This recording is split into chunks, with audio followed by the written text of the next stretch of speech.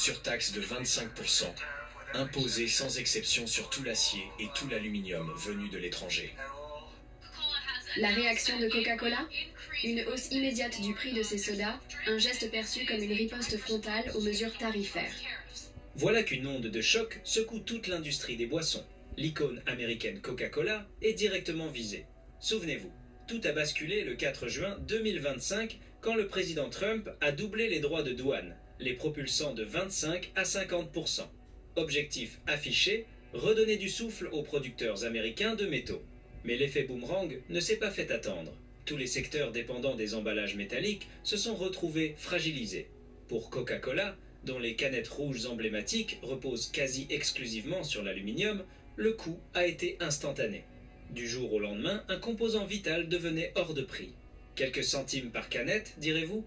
Multipliez par des milliards et vous obtenez une facture colossale. Une seule question domine: comment continuer à vendre ces boissons à bas prix quand la matière première s'envole? La direction prépare une réponse que vous n'attendez pas. Mais avant de vous la dévoiler, comprenez pourquoi ces taxes obsèdent Coca-Cola. Car la manière dont l'entreprise va se tirer de ce piège déterminera non seulement son futur, mais aussi celui de toute la filière des boissons. James Quincey, le PDG, a immédiatement tiré la sonnette d'alarme.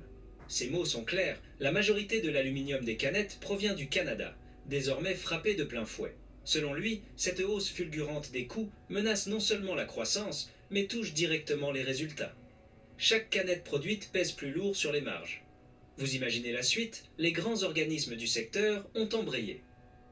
Le Manufacturing Institute a prévenu que le doublement des droits allait alourdir la facture des canettes, ce qui, mécaniquement, renchérirait les produits du quotidien pour des millions d'Américains.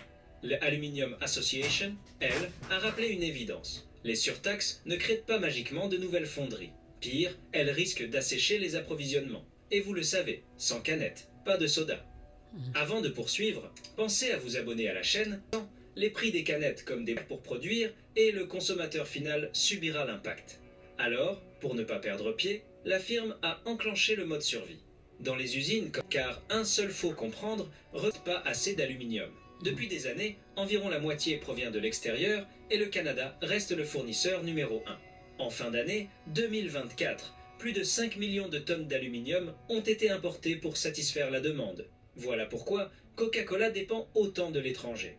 Aujourd'hui, avec les taxes qui étranglent ces arrivages, les industriels sont pris à la gorge. Matières rares et factures salées. Même à pleine capacité, les fonderies américaines ne couvriraient pas le manque. Alors, quelles options? Payer cher les droits ou chercher ailleurs? Énorme à transformer. Les groupes industriels demandent d'ailleurs